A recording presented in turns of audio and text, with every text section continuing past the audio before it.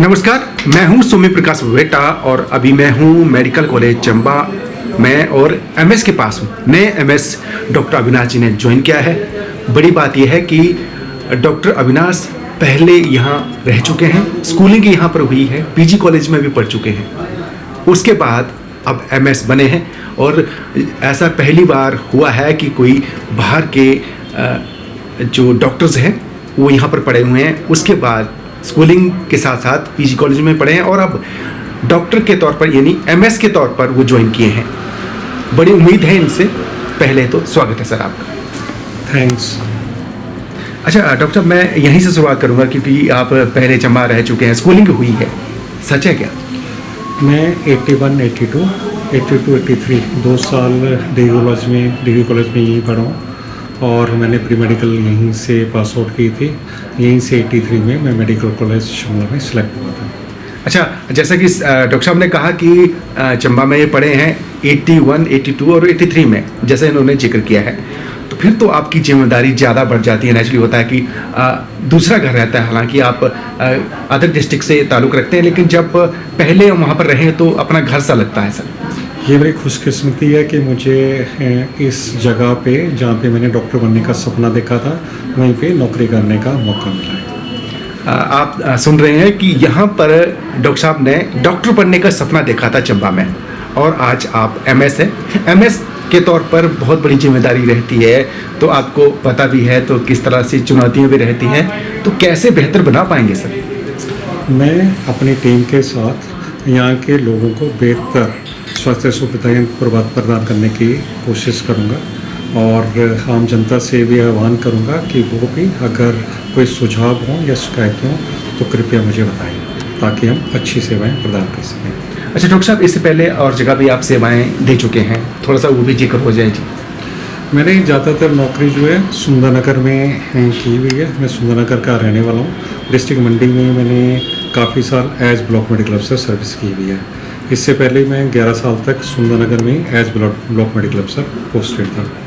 अच्छा, चूँकि जैसे ब्लॉक में आप कार्यरत रहे हैं और उसके बाद फील्ड में भी कार्य किया है, लेकिन एमएस के तौर पर बहुत सी जिम्मेदारी रहती है और बड़ी बात यह है कि यहाँ पर काम करने की बजाय काम लेना होता है, लेकिन जब मेन पावर नहीं होती है तो दिक्कत भी रहती है। अगर सब कुछ ठीक हो तो कोई भी काम कर सकता है। असली मज़ा उसी में है जब कमियों को होते हुए बेहतर सुविधाएं प्रदान की जाएं और मैं वादा करता हूं कि अपनी टीम के साथ सबको दी बेस्ट सर्विसेज प्रोवाइड करवाऊंगा। अच्छा, बिग चैलेंज सर, स्टाफ की कमी है, तो कैसे भरपाई कर पाएंगे सर?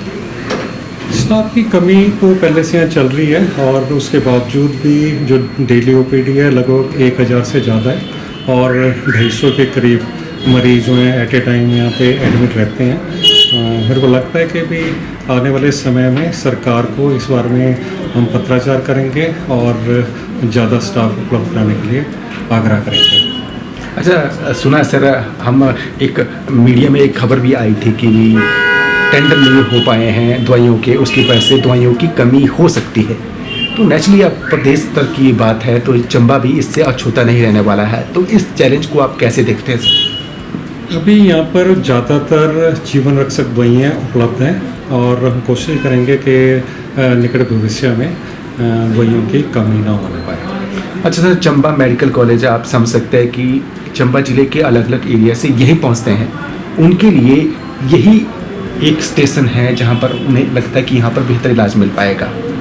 बाकी जगह ऑप्शन रहते हैं तो यहाँ पर भीड़ रहती है, उम्मीदें बहुत ज़्यादा है और चूँकि आपने कहा है कि बेहतर करेंगे, तो इसको कैसे बेहतर बना पाएंगे सर? मैं अभी प्लान करूंगा अपनी टीम के साथ और मैं फिर से दोहराता हूँ जैसे मैंने पहले कहा कि we will try to do the best and we will make a difference.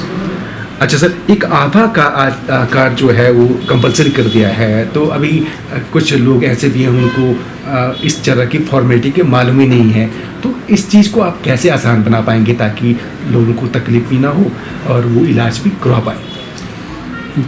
Otherwise Abha card जो है ये डिजिटलाइजेशन है ताकि मरीज की जो रिपोर्ट्स हैं या ट्रीटमेंट्स हैं वो भविष्य में हमेशा सुरक्षित रहे।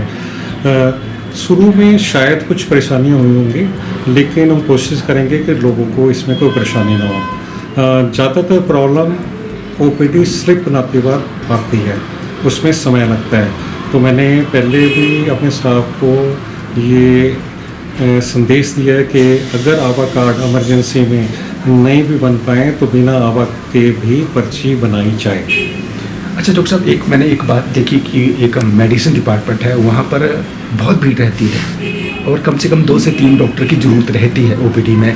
हम देखते हैं कि अमूमन सुबह से शाम तक वहाँ पर बहुत लंबी लाइन रहती है सर, उसकी वजह से परेशानी रहती है। तो ऐसा नहीं हो सकता है कि वहाँ पर जो पब्लिक होती है उसके हिसाब से वहाँ पर डॉक्टर बिठाया जाए ताकि समय पर उनको इलाज भी मिल पाए और तकलीफ में ना हो और लाइनें भी ज़्यादा ना लगें? इस बारे में मैं जो फैकल्टी हैं, डॉक्टर पंकज वो हेड ऑफ द डिपार्टमेंट हैं मेडिसिन के और प्रिंसिपल हैं, मैं उनसे इस बारे में चर्चा करूंगा और जो भी बेहतर हो पाएगा वो करने के लिए प्रयास करूंगा। मुझे लगता है कि इंटरव्यू ये लंबा इसलिए खींच रहा है क्योंकि पहली बार आपसे मुलाकात हो पा रही है हमारी, और एमएस के तौर पर जब चीज़ें बताई जाती है तो वो सुधार भी होता है। हमने ये भी देखा सर, कुछ पेशेंट्स बेचारे सुबह से शाम तक लाइनों में लगे रहते हैं, लेकिन जो मतलब कोई चांट मतलब तो चतुर आते हैं लोग, वो तुरंत आगे चल जाते हैं और चेक करवा के चले जाते हैं, तो गुस्से भी रहते हैं लोग। तो ऐसी व्यवस्था ना बने, इसको लेकर भी करेंगे सर कुछ? इस पे भी रोक लगाने की मैं पूरी कोशिश करूँगा। बहुत बहुत धन्यवाद। तो ये थे डॉक्टर अविनाश, एमएस ज्वाइन किया है चंबा में, मेडिकल कॉलेज चंबा में, और जैसा कि इन्होंने कहा कि ये चंबा में रह चुके हैं और चंबा के बारे में जानते हैं और बेहतर सेवाएं देने का प्रयास करेंगे। बहुत बहुत धन्यवाद और बहुत बहुत बधाई आपको और स्वागत भी है आपका। Thank you very much.